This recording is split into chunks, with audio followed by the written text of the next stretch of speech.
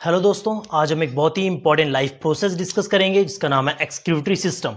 चलिए जानते हैं एक्सक्रीटरी सिस्टम आखिर है क्या। देखिए एक्सक्रीटरी नाम से ही समझ में आ रहा होगा, एक्सक्रीट मतलब बाहर निकालना, अरे थ्रू आउट करना। हमने खाया पिया पचाया एनर्जी ली, उसके साथ साथ हमने बहुत सारा वेस्ट भी जनरेट किया ऑब्वियसली, तो उसे निकालना पड़ेगा, वरना एक टॉक्सिक सब्सटेंसेस बन सकते हैं जो हमारी बॉडी के लिए बहुत हार्मफुल होते हैं। तो ह्यूमन एक्सक्रीटरी सिस्टम है क्या? बिल्कुल, ये एक मैकेनिज्म है। मैकेनिज्म क्या बोल रहे हैं हम?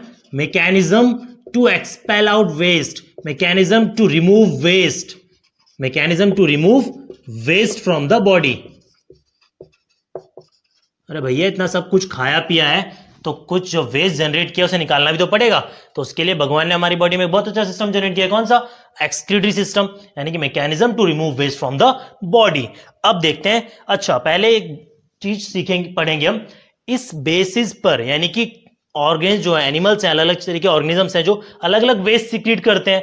तो इस वेस्ट सिक्रीशन के बेसिस पे इनको अलग अलग कैटेगरीज में डिवाइड कर रखा है। कौन कौन सी, पहले हम वो जान लेते हैं। देखिए सबसे पहले यानी कि हम लिखेंगे क्या? Kinds of animals. Kinds of animals किसके बेसिस पे? On the basis of waste excreted.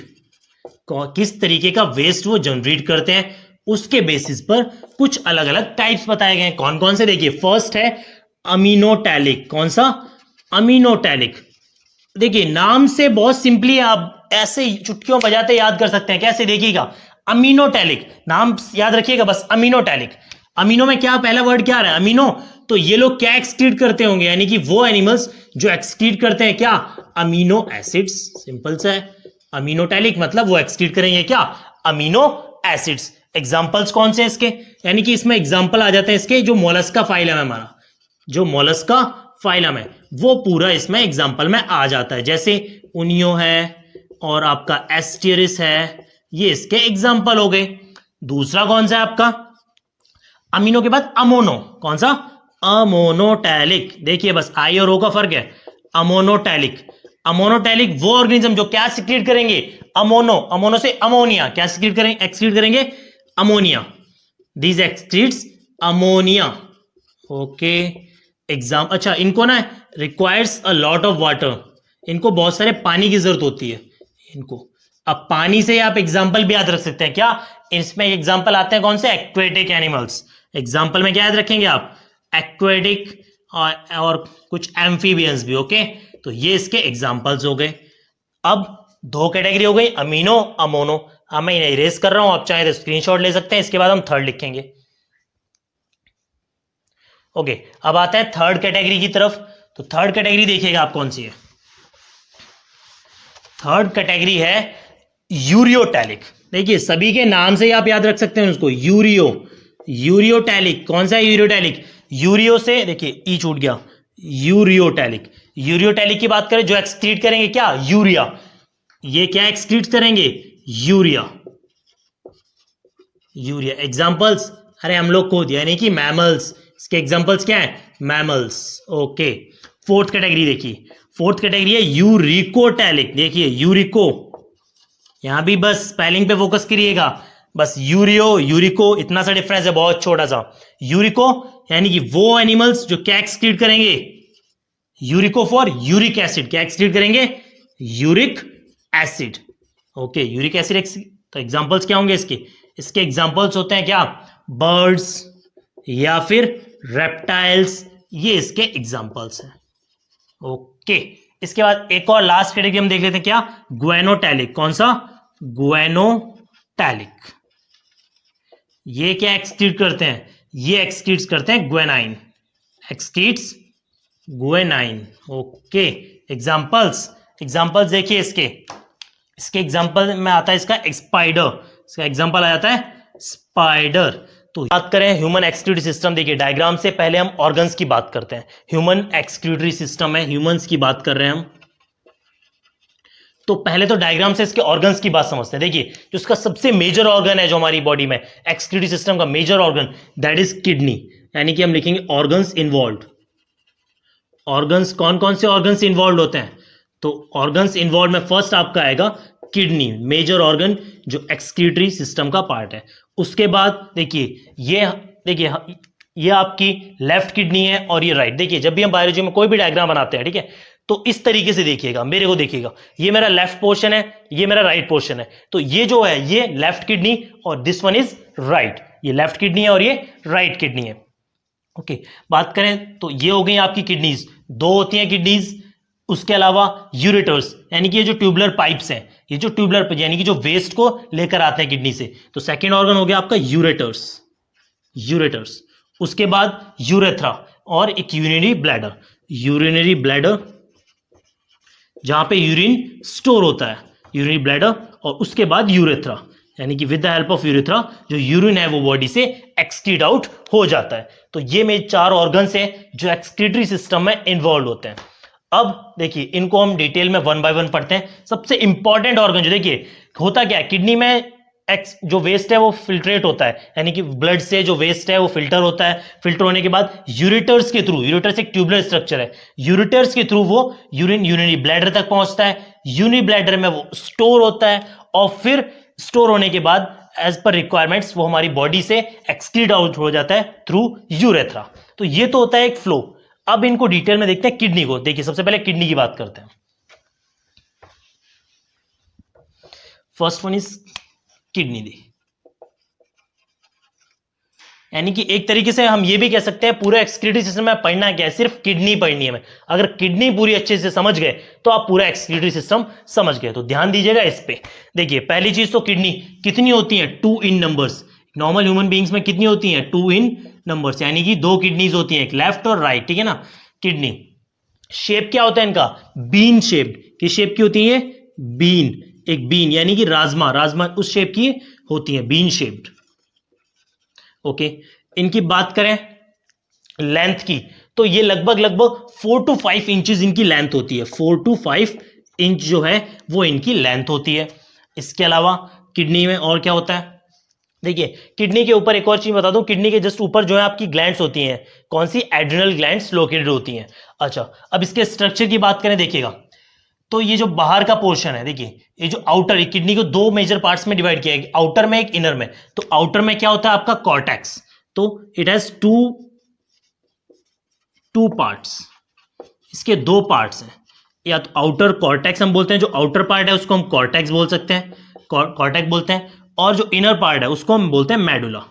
Inner part is known as medulla. Okay, और कुछ इसके अलावा देखिए, अब होता क्या है, देखिए ब्लड को फिल्ट्रेशन का काम करती है किडनीज। तो ब्लड आया कहां से और उसमें से वापस लेकर कौन जाएगा फिल्टर ब्लड को, तो देखिए लाने का काम करती है आर्टरीज। कौन सी आर्टरीज, उनको बोलते हैं रीनल आर्टरीज।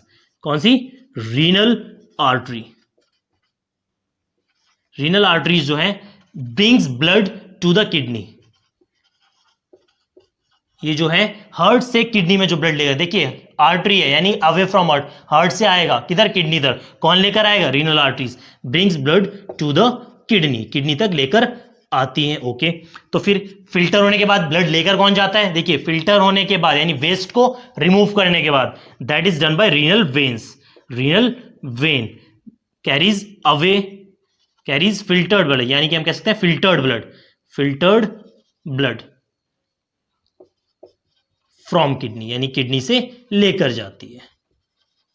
ये हुई बात कुछ किडनी से रिलेटेड। अच्छा किडनी में, अच्छा किडनी में देखिए, अब आगे देखिए ध्यान से समझिएगा, किडनी में भी जो मेजर वर्क है वो, जैसे हमारे बॉडी पढ़ते हैं तो हम कहते हैं क्या, cell is the structure and fundamental unit of life, यानी कि सेल से ही सब कुछ बना हुआ है। इसी तरीके से किडनी में भी जो फंक्शनल यूनिट है उसका नाम क्या है, नेफ्रॉन्स, यानी कि, और देखिए चलो इसको आप चाहे तो स्क्रीनशॉट ले सकते हैं इसका। ओके, आगे शुरू करते हैं। देखिए ये पॉइंट्स आपने जाने।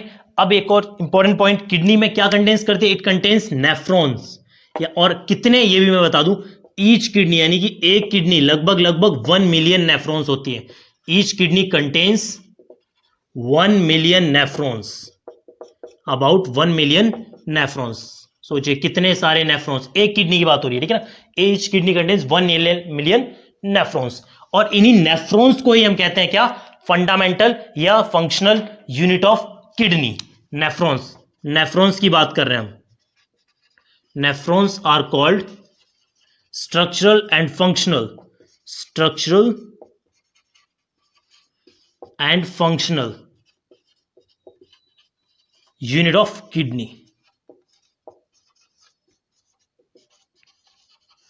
ये हुई बात नेफ्रॉन्स की।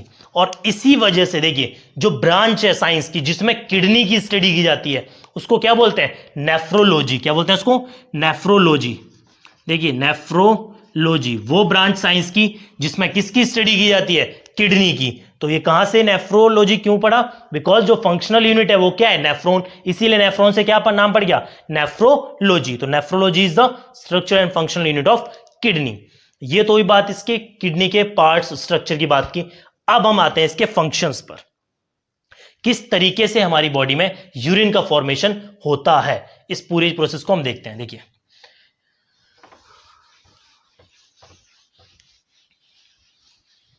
समझिएगा बात को। अब देखिए यानी कि कंप्लीट बेसिकली काम करना किसने? नेफ्रॉन ने।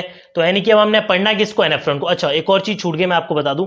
ये आप रीनल पिरामिड्स ह्यूमन किडनी में इन ह्यूमंस की बात करें तो लगभग 8 to 12 रीनल पिरामिड्स होते हैं। 8 to 12 रीनल पिरामिड्स। लेकिन कुछ मैमल्स हैं लाइक, देखिए जर्नी मैमल्स में ये होते हैं, लेकिन कुछ मैमल्स हैं जिनमें सिंगल पिरामिड होता है। एग्जांपल एलिफेंट या फिर रैबिट। ये ऐसे मैमल्स हैं जिनमें सिर्फ और सिर्फ सिंगल पिरामिड होता है। Single pyramid. ओके ये हुई बात किडनी की। अब हम नेफ्रॉन की स्टडी करेंगे।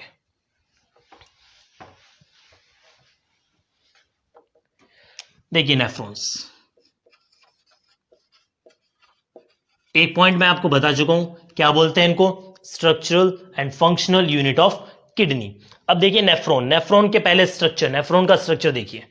नेफ्रॉन का स्ट्रक्चर किस तरीके का होता है समझिएगा। देखिए इसमें एक कप लाइक स्ट्रक्चर होता है। कप की तरह स्ट्रक्चर होता है जो ब्लड को रिसीव करता है रीनल आर्टरीज के थ्रू। इसके अंदर एक बहुत मैश यानी कि बंच होता है। किसका? ये आर्ट्रियोल्स का बंच होता है, जिस बंच को मैश वर्क होता है बहुत ज्यादा, और इसको हम बोलते हैं ग्लोमेरुलस। क्या बोलते हैं? ग्लोमेरुलस। और ये जो आउटर जो कप शेप्ड पार्ट था it is known as Bowman's capsule. इसका क्या नाम है? Bowman's capsule.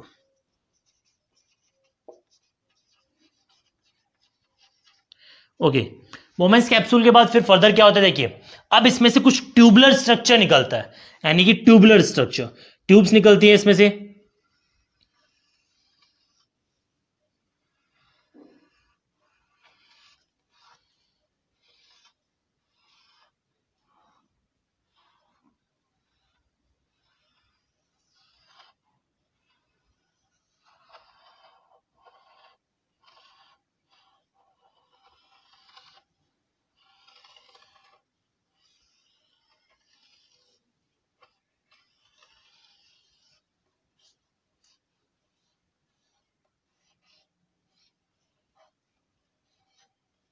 ये देखिए इस तरीके का ये स्ट्रक्चर होता है। देखिए ये आपको पता है पहले कप शेप्ड स्ट्रक्चर है जिसका नाम है बोमेंस कैप्सूल। उसके अंदर एक बहुत बंच होता है, एक मैश वर्क होता है कैपिलरीज का, जिसको बोलते हैं ग्लोमेरुलस।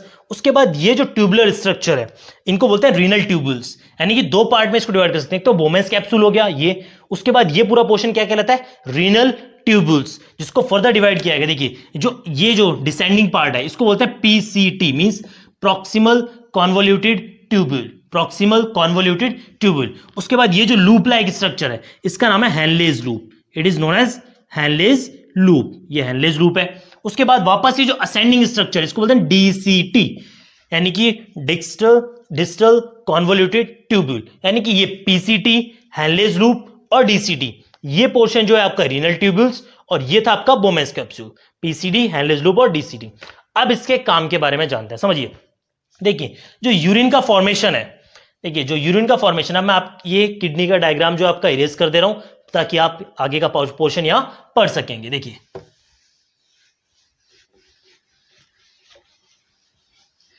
समझिएगा, सबसे पहले यूरिन का जो फॉर्मेशन होता है ये तीन मेजर पार्ट्स में होता है। पहला फिल्ट्रेशन, दूसरा रीएब्जॉर्प्शन और तीसरा सिक्रीशन। समझिए सबसे पहले हम बात करते हैं किसकी? फिल्ट्रेशन की, यानी कि तीन स्टेप है। फर्स्ट वन इज फिल्ट्रेशन और सेकेंड स्टेप आपका reabsorption. absorption, and third step is secretion. समझिए अब इन तीनों को। सबसे पहले फिल्ट्रेशन, देखिए बात करते हैं फिल्ट्रेशन की। ये होता क्या है? फिल्ट्रेशन की बात करें तो ये होता है आपका इस बोमेंस कैप्सूल में। देखिए ये जो ग्लोमेरुलस है ये इस फिल्ट्रेशन का काम करते हैं। मींस जो ब्लड आ रहा है जिसमें वेस्ट है, सबसे पहले उसको यहाँ फिल्टर किया जाता है। फिल्टर होने से जो भी उसमें रिक्वायर्ड थिंग्स हैं जैसे ग्लूकोज, अमीनो एसिड्स, ये जो रिक्वायर्ड या सॉल्ट्स, उनको फिल्टर करके और जो वेस्ट है जिसको आगे फर्दर जो वेस्ट को, यानी उसको हम बोलते हैं, वर्ड यूज करते हैं उसके लिए फिल्ट्रेट, यानी कि फिल्टर करके जो बचा हुआ पोर्शन है और जो यूजफुल थिंग्स है वो तो वापस से ब्लड में सप्लाई कर दी जाती है। समझिएगा, फिल्टर हुआ जैसे हम नॉर्मली किसी चीज को छानते हैं, ओके, तो जो फिल्टर करने के बाद जो यूजफुल चीज है वो तो वापस ब्लड में सप्लाई कर दी गई, और जो रिमेनिंग जो फिल्ट्रेट है उसको फर्दर ट्यूब्यूल्स में पास कर दिया जाता है। ये हुआ बात इसके फंक्शन ग्लोमेरुलस। उसके बाद रीनल ट्यूबल्स में देखिए क्या होता है, यहां पे वर्क होता है रीएब्जॉर्प्शन का। किसका? रीएब्जॉर्प्शन। मींस अगर फिर भी कुछ एब्जॉर्ब करने लायक चीजें रह गई हैं, लाइक जो यूजफुल थिंग्स उसमें मिक्स्ड है ब्लड में, उनका एब्जॉर्प्शन होता है इस लूप में, इन रीनल ट्यूबुल्स में, पीसीडी, हेनलेज लूप और डीसीडी के अंदर। मींस इसीलिए इसको बोलते हैं रीएब्जॉर्प्शन, यानी कि यहां पर भी जो आपका ग्लूकोज है, अमीनो एसिड्स हैं, सॉल्ट्स हैं, उनको एब्जॉर्ब किया जाता है ताकि सिर्फ वेस्ट हमारा आगे पास हो, कोई भी यूजफुल थिंग्स हमारी बॉडी से रिमूव ना हो। तो यहां पे होता है वर्क रीएब्जॉर्प्शन का। तो ये हुआ सेकंड स्टेप। रीएब्जॉर्प्शन के बाद फिर क्या होता है? लगभग सभी यूजफुल चीज आ चुकी हैं, सिर्फ अब क्या बचा है? वेस्ट। तो वो जो फिल्ट्रेट है वो ये है कलेक्टिंग डक्ट, इसको बोलते हैं कलेक्टिंग डक्ट। कलेक्टिंग डक्ट में पास कर दी जाती है। मींस रीनल ट्यूबुल्स, डीसीडी के बाद कलेक्टिंग डक्ट में उस फिल्ट्रेट को पास कर दिया जाता है, और इसके बाद आगे ये कनेक्टेड होते हैं यूरेटर्स से, और यूरेटर्स को थ्रू यूरिनरी ब्लैडर में यूरिन पहुंच जाता है, और फिर as per requirements of the body urinary bladder से जो वेस्ट है वो टाइम टू टाइम बॉडी से थ्रू आउट होता रहता है by the use of urethra. तो this was the human excretory system. इस कंप्लीट हमने प्रोसेस जाना किस तरीके से हमारी बॉडी में यूरिन का फॉर्मेशन होता है, कौन कौन से ऑर्गन्स इन्वॉल्व होते हैं और उनका क्या क्या रोल होता है। तो आई होप कि आपको वीडियो अच्छी लगी होगी, तो चैनल को सब्सक्राइब करें और वीडियो को ज्यादा से ज्यादा शेयर करें। Thank you so much.